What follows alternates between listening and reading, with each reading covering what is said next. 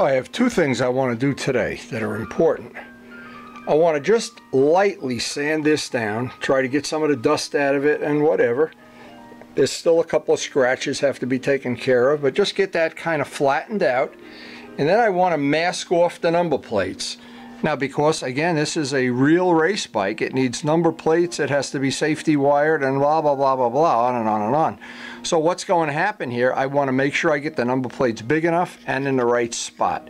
And then hopefully mask off the half of the bike that's going to be blue from the half that's going to be orange.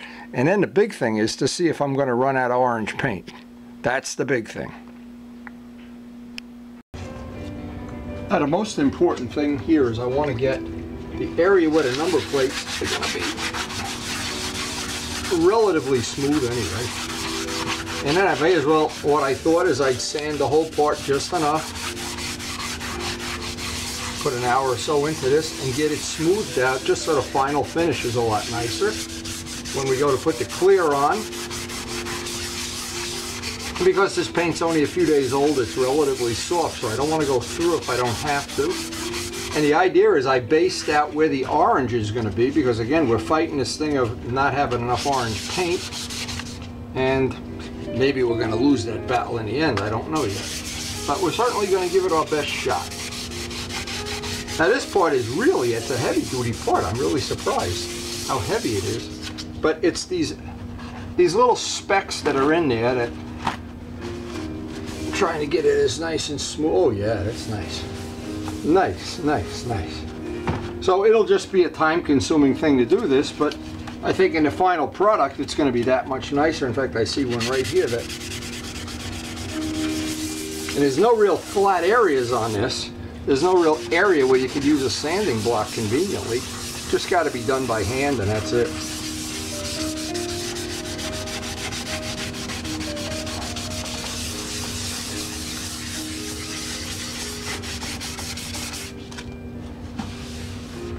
Yeah, that's going to block sand out real nice. I don't know what I'm worried about. I'm getting to be an old washwoman. Now, as it can be with these big parts like this, one of the things that's always a problem is how do you hold this and sand it? Well, I've been looking around for something, and right in front of me was a roll of paper towels. It just seems to be pretty close to just giving me some support there anyway. And I've known of, I haven't done it yet, but I've known of other people that have made these really nice jigs for holding things. And I think before next winter, one of the things I'm going to try to do is, for sure, absolutely get some kind of a thing I can mount fairings in that I can just handle it a lot better. In this case, it would be nice if I had it right now. I'm not sure, I'm not going to, before the day's over, I'm not going to wind up making it, but right now the paper towels is just getting me through this phase of it. And all I need to do is get a piece of wood in the back. Actually, I ought to do it. I should stop propagating, stop postponing the inevitable. Yeah, that would make it a lot solider. You know what? This is what I always do. I always wait till the Titanic sinks and then I figure out where's the sump pump. What's wrong with this picture? Let me go make a jig. Even with the paper towels, this is just too flimsy to even sand. Now, this is funny. One of the things we learned, Glenn and I learned in doing that Benelli especially, was you just, now this is just balsa wood, but I know what I have to do. I have to come up with something. See, I don't want to do a 2x4, it's going to be too heavy. It's just going to make it that if it ever drops on the ground, it'll be like Humpty Dumpty too. Balsa wood's nice and light. So that's definitely an advantage. Now it doesn't have to be fancy here, but I do want to have it.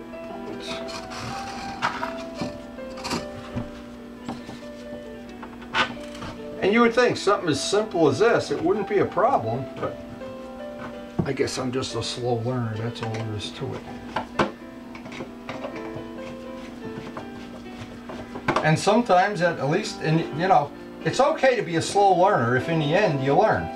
But as I've proven, sometimes it just could kick yourself in the ass that you didn't do something a year sooner or something. Yeah, this'll make it stiff enough that I could work on it anyway. Make it a little bit better. Actually, what would make it better if I had some really long sheetrock screws, that would be a big help. But anyway, that in itself will be a big help. Yeah, that's definitely something I should have done sooner. Anyway, now it'll just be a little bit easier to do what has to be done here. And we'll get it done, believe me. We'll get it done. Alan, you're in good hands with Team Honda here.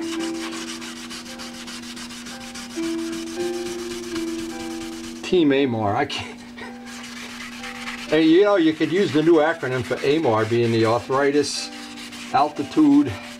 I don't know. We got to think of something funny. But it's good that, well, a lot of us have made it into our 70s, and my birthday's coming up. I'm gonna be 71.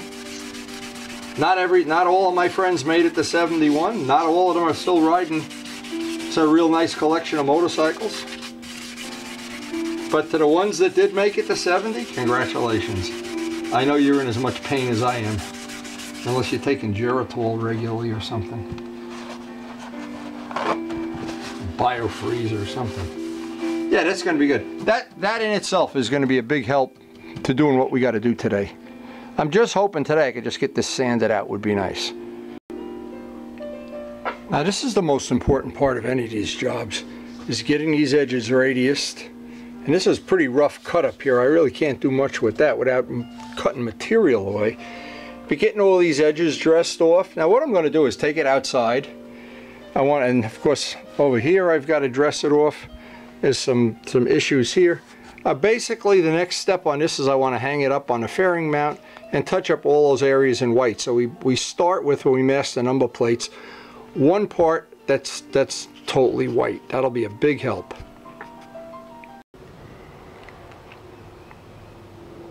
I got all the edges done with some extra white paint.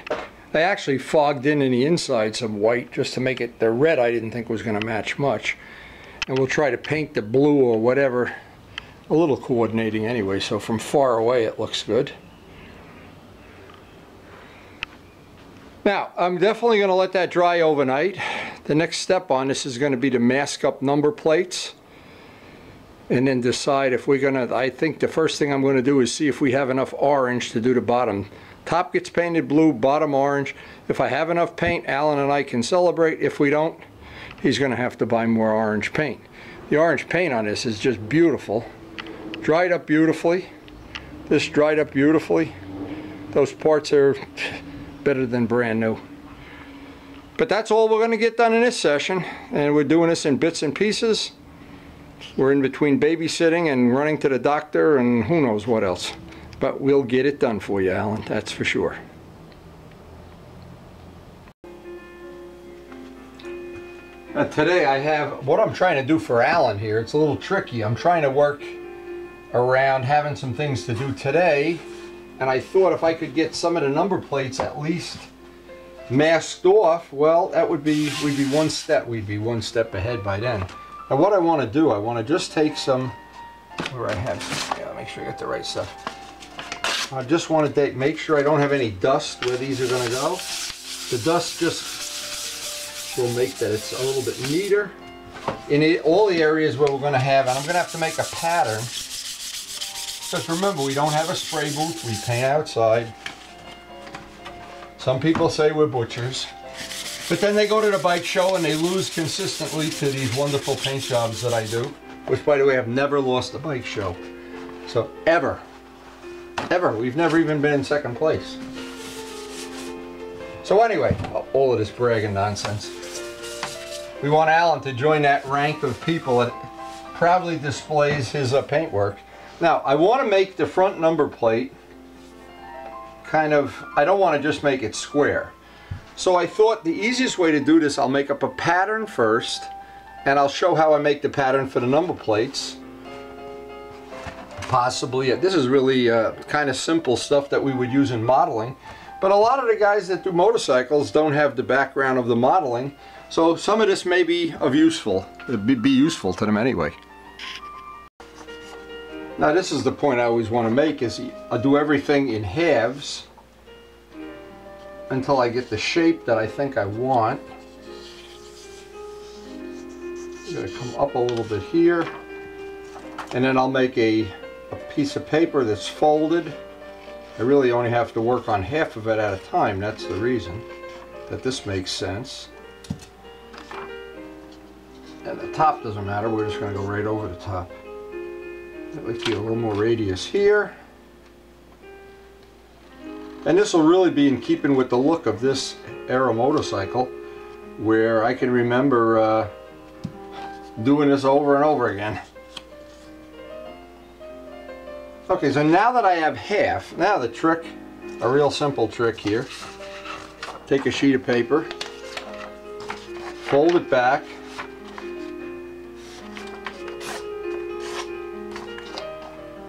take the pattern that we really going to use,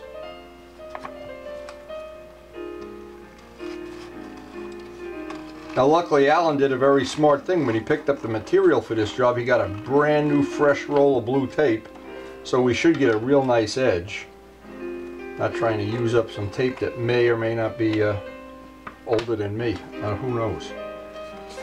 Anyway, now that we have this half, we open it up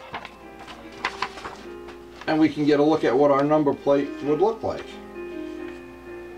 Now the only problem I see here, let me try to line this up in the middle. Okay. What I want to do now, this is really kind of simple.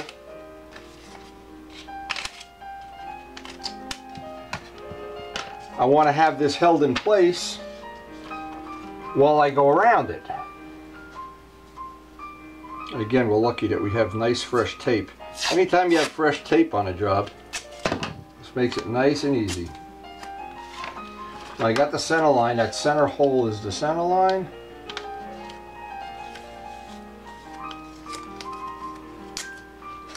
Let's see if we can line it up.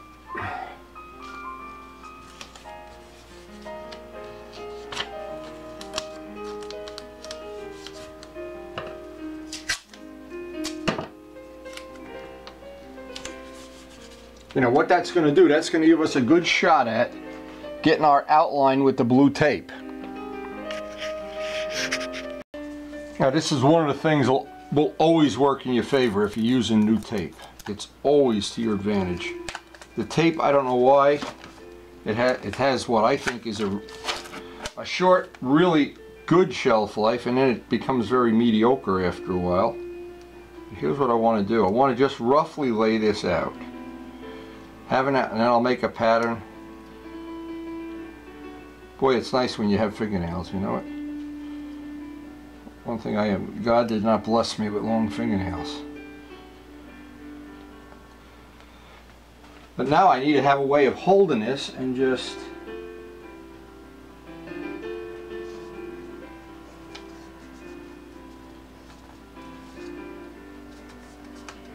do my chip boost thing.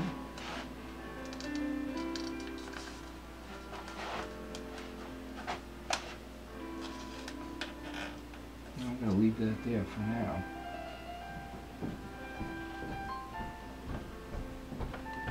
I cut this is what happened. I cut this with that razor.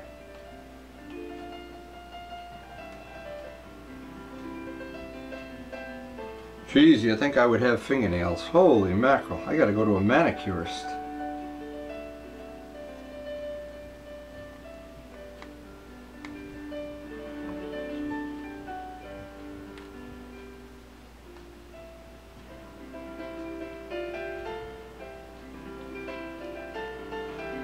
Unbelievable, huh?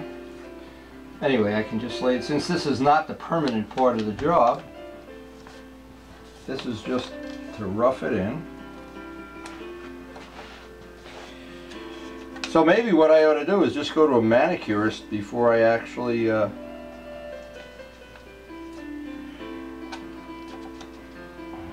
get this roughed in.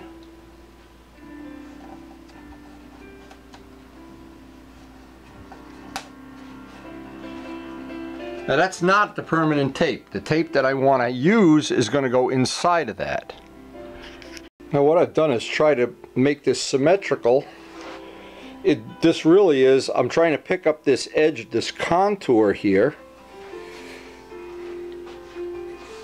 And it's a little trickier than you think it is to get it to look symmetrical, but once I do, then when I'm happy with it, I can just take this piece of tape off, and then I'll have my piece ready to backmask. Now the rules in this class, according to Alan anyway, are 10 by 12 number plates. So we got 10 by 12. We need to go out an inch more on the long side. Okay, so what this is going to mean, I'm going to have to get more paper, but I want to get the radiuses in this. And I thought I want to make them round on the corner. That's a little bit too round. One thing we have around here is plenty of rolls of tape anyway. This is better. But once I get the radius, I can make the pattern.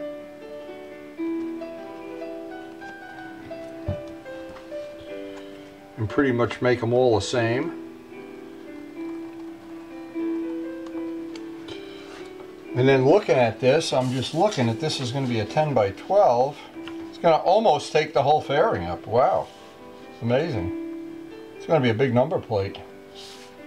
And it's going to go over this Humpty Dumpty thing here. So I'm going to have to, what I'll do is, once again, just like I made this, no sense doing it twice on camera, I'll make another pattern, the exact shape that we want to use, and then I can it'll be exactly the same on both sides. Now the easiest way to do this step, because I don't have the motorcycle here, so I have to establish where there are some parallel lines. I assume the top of the windshield, the top of this. We're going to be missing a little corner of that, but that will give us the correct dimension. I really think that's going to be fine now, because I have it just tacked on with tape. I'm going to have to work off the floor to do this. Put my outline on here with the brand new blue tape and backmask it with tin foil. And then of course take the part, reverse it, make sure it's exactly the same, backmask that, and then we will have our number plates masked off. That'll be another watershed on this job. And then we'll see how the time is playing out, if we have time to actually get some paint on this today. Because we do have a real nice paintable day out there, but obviously, you know, another thing is we have to babysit today. So we're working around a lot of stuff. Now what I like about this whole thing is I can lay out the thing and look at it from a lot of different angles, because what I'm trying to do, I'm trying to make the number plate, it isn't cocked down or up.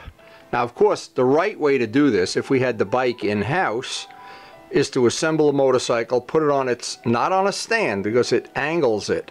And I had this issue when I put the ladders on the RD, that the bike has to be at its normal stance where it would be sitting to get everything parallel to the ground. Then I can measure down to the ground. Well, I can't do that now.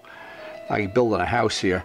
And it's a small detail, but if we had the bike in-house, I could just put the bolts in hand tight, and then I could even do it with a level if I wanted to. But I think this is going to be fine.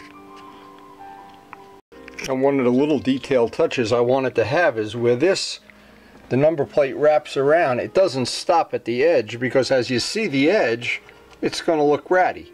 So I wrapped the edge around and backmasked around the back. Same thing back here, just to make a little neater look, that the edge would be painted. The edge of this, when I do this one, the edge will have that little piece on there. So now we have one number plate in the front done. I think that's going to look fine. I just got to envision now. This is hard to do. See? If I had the bike here, it would be totally different, but we got to do the best we can. Now, a general rule of making something that's multicolored is to always do the smallest color first. This way the backmasking is the minimum. Now in this case the colors are going to be, the top is going to be blue to bottom orange, but had I done this in orange, say, and then I'd have to backmask a whole bunch of stuff, and then and what we did on Glenn's bike, where we did the number plates last, that was We just added a lot of work to it. The best way, and it's model airplane technology doing this way, is to do the smallest color first. This gives you the minimum amount of backmasking. Now I just laid this out by eye a few times just to see. This is going to be the orange down here, because then of course the orange, I'll backmask the orange tomorrow and paint the blue. It's a 3 or 4 step, because I got to do the clear too. But I think that line will complement it real nice. Now it looks like we're pretty much ready to put this turkey in the oven at 350 degrees for 4 hours. By the way, the idea of backmasking with tin foil, that idea came from my late friend Walt Prey, and it has served me well for about 40 years now. Maybe longer, I don't know. We used it in modeling. It works great on motorcycling, and it really does, I think, a really good job with some of the complex work that we have to do here. This one certainly is going to be, I think it's going to really look nice when we're done. So I got to go jig it up, and the next step will be, here's what's going to happen. I want to see if we're going to run out of orange. If we don't run out of orange, Alan doesn't have to, he'll have to buy another pint of paint, so I can save him 40 bucks if we can get this painted with the paint. And we only have about 4 ounces or 5 ounces of paint left, so I'm going to thin it out, see if I can get it on in multiple layers.